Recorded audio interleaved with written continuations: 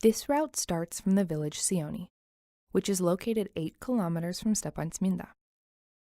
Sioni Church and a watchtower, which are 1,860 meters above sea level, overlook the village. People credit the construction of the church, named after the Vtism Shobeli, or the Mother of God, to King Tamar.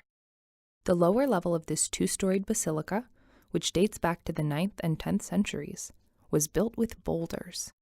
There are crosses carved in the backs of the stone armchairs at the right side of the door.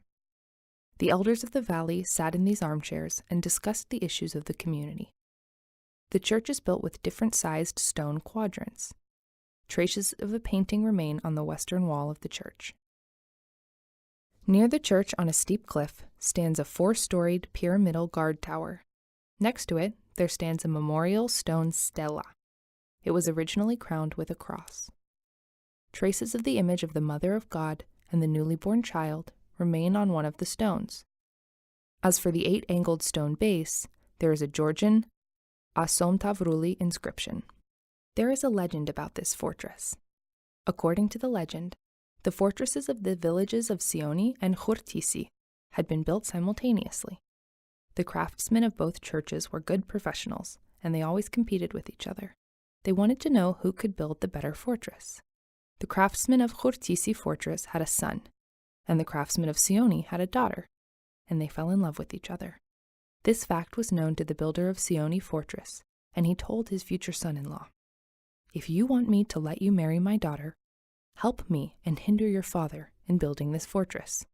When the builder finished his work, his son would climb up and move the stones a little bit at a time. During that period, the fortresses were built in a dry location. The father was happy as he thought that his son was helping him. When the fortress was built and it was verified, it was discovered that the wall was curved. Just then, the father realized that his son had betrayed him, and the reason why his son used to climb up the fortress every evening, and why he would walk around in the fortress. He took him up on the fortress and showed him the wall. "Whose fault is this?" asked the father, and he threw him off the fortress. He did not forgive his son's betrayal.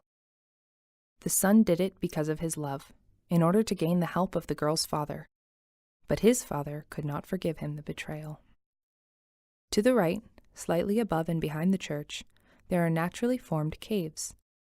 From these caves, a road goes to the beautiful forest of Sioni. By crossing the ridge, you will come to the village Vardi Subani.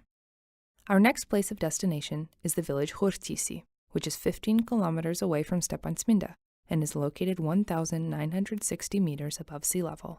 Nowadays, there is a bridge over the river Tergi, which was constructed in the 21st century. Nearby, a ropeway is visible, which belonged to the Soviet period, and during the winter time, it was the only connector between the village and the outside world. According to legend, the village Khurtisi was settled by the descendants of Khurti, who moved out from the other side of Kuro Valley, which is situated in the northern part of Stepantsminda, and thus the village was named Khurtisi. Before, the village was called Tcheke. The church named after the apostles Peter and Paul is one of the most beautiful attractions of Khurtisi. If we follow the northern side from the village, we will find a small, beautiful forest with its cult shrine. At the top of the forest, alongside the road, you will find a field, which, due to the red, multicolored stones found there, are called Zitlovana. Our next route is the village Pchelshe. It is located on the left bank of the river Tergi, at 1,940 meters above sea level, and is 12 kilometers from Stepantsminda. According to legend, Elios, from Kaltischevi, and his brother had to leave their own village. Before they left, their mother baked a pastry for them and put a cross in their bag. She blessed their way and saw them off to the village. The brothers settled in a cave nearby the village Vardi Subani. Elios decided to stay at the place, which looked like fish bones, and he called the village Pchelshe. In 2012, archaeological excavations were held in the village Pchelshe. Subsequently, the ruins of an ancient temple were discovered. A stone cross and other religious items were found there. The following story is related to this village. In the village of Pchelshe, on one of the ruins of an old tower, is the icon of Kvirech Tishvili, which is called the icon of women. This icon of Kvirech Tishvili is also decorated with a necklace, buttons, earrings, rings, and more. The holiday of Kvirech Tishvili was held on the Day of Ascension. This holiday of prayer was observed only by women. In this place of prayer, women had their female deacon elected for a year. The deacon had to be unmarried and a virgin. On the Day of Ascension, the female deacon was robed in white and blessed women with the Kvirech Tishvili prayer.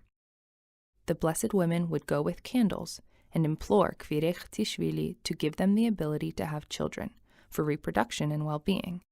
The female deacon accepted sacrifices from the congregation, lit candles, and offered blessings. Some sick women made pledges to the icon of Kvirech Tishvili.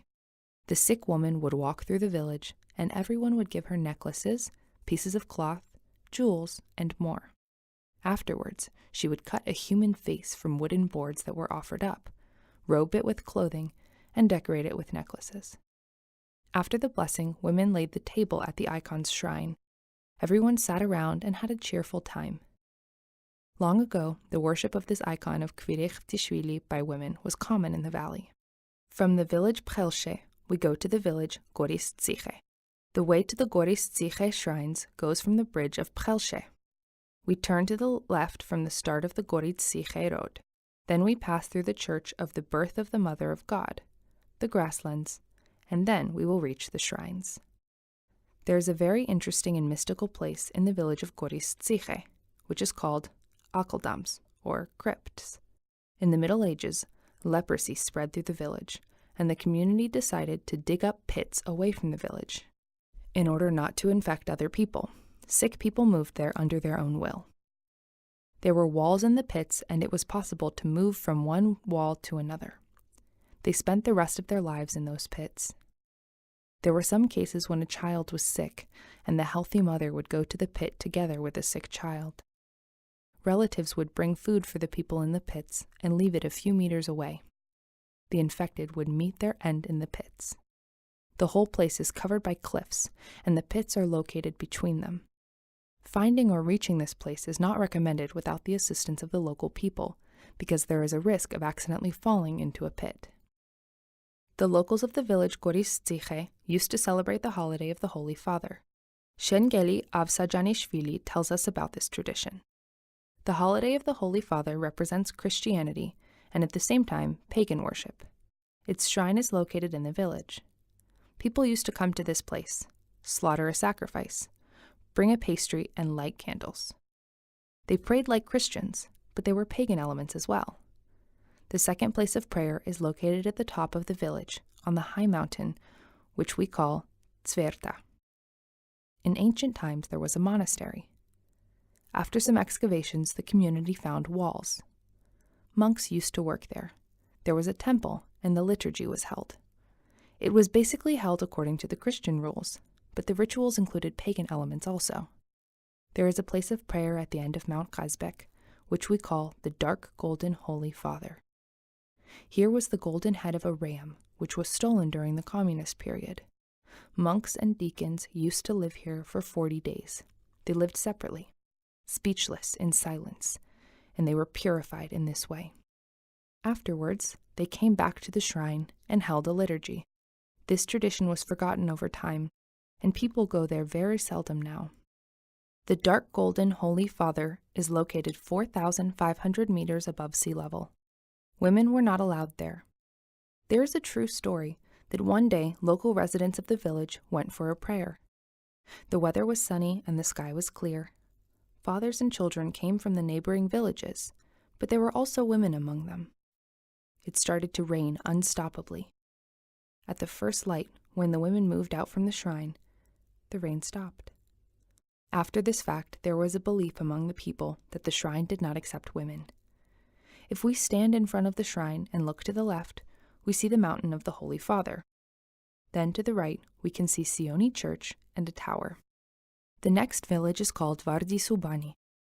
Goris Tziche and Vardi Subani are connected by a small bridge. If you stand on this bridge and face Vardi Subani, you will notice the canyon of the village Tcharsheti on the left side. Here we leave you. But if you have more time, you can visit the village Tkarsheti and its amazing canyon.